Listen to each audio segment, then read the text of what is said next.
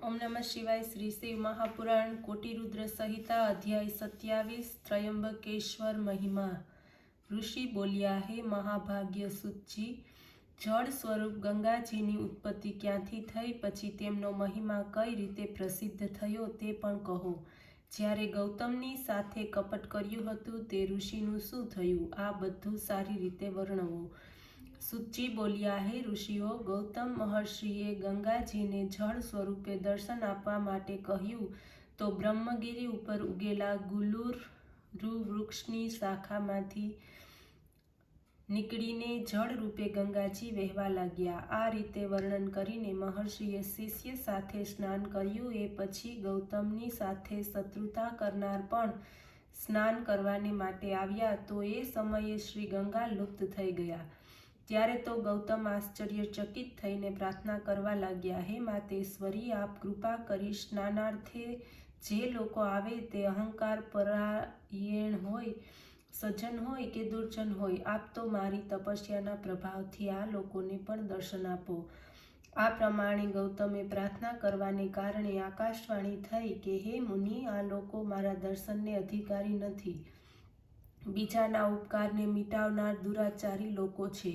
આ સાંભળીને ગૌતમે કહ્યું, હે દેવી, મહાત્માઓ તો સજ્જન દુર્જન બંને ઉપર ઉપકાર કરનારા હોય છે, એથી બધા ઉપર કૃપા કરીને દર્શન આપો। ત્યારે ફરી આકાશવાણી થઈ કે, હે મુનીશ્વર, તમે સત્ય કહી રહ્યા છો, પરંતુ એમણે પણ પોતાના પાપોનું પ્રાયશ્ચિત કરવું જોઈએ, ત્યારે તેમને દર્શન થશે। જે લોકો આ રીતે પ્રાયશ્ચિત કરે, આપના ચરણમાં પ્રથમ આવીને અને આજ્ઞા પ્રાપ્ત કરીને 101 બ્રહ્મગીરીની પરિક્રમા કરે, આ રીતે આકાશવાણી એ લોકોએ પણ સાંભળી। ત્યારે તેઓ શ્રી ગૌતમના ચરણે આવ્યા, પોતાના અપરાધોને માટે ક્ષમા માગવા લાગ્યા। જ્યારે મહર્ષિની આજ્ઞાથી તેમણે બ્રહ્મગીરીની પરિક્રમા કરી ત્યારે ગંગાજીના તેમને દર્શન થયા। એ સ્થાનનું નામ ત્યારથી કુશાવર્ત નામથી પ્રસિદ્ધ થયું।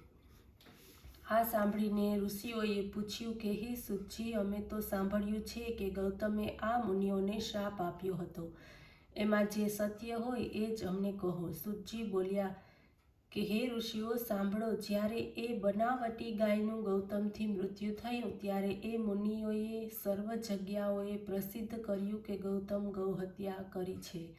ત્યારે શિવભક્ત ગૌતમે જાણી લીધું હતું કે એ બનાવટી ગાય હતી। એમને ક્રોધ ઉત્પન્ન થયો અને શાપ દેવા લાગ્યા, તમે લોકોએ મારી સાથે કપટ કર્યું, એટલા માટે હું તમને શાપ આપું છું કે તમે વેદ વિદ્યાથી રહિત થાઓ, શિવ ભક્તિહીન અધર્મપરાયણ થઈ જાઓ અને તમે લોકો શિવાર્ચન ન કરતા શિવ પર્વોમાંથી વિમુખ રહેશો। સુતજી બોલ્યા, આ રીતે શ્રાપ આપીને ગૌતમ પોતાના આશ્રમ ઉપર આવીને આરાધના કરવા લાગ્યા। પછી મુનિઓ આ પ્રમાણે શ્રાપ પ્રાપ્ત કરીને શિવ ધર્મથી વિમુખ થઈને કાંચી નગર ચાલ્યા ગયા। ઓમ નમઃ શિવાય।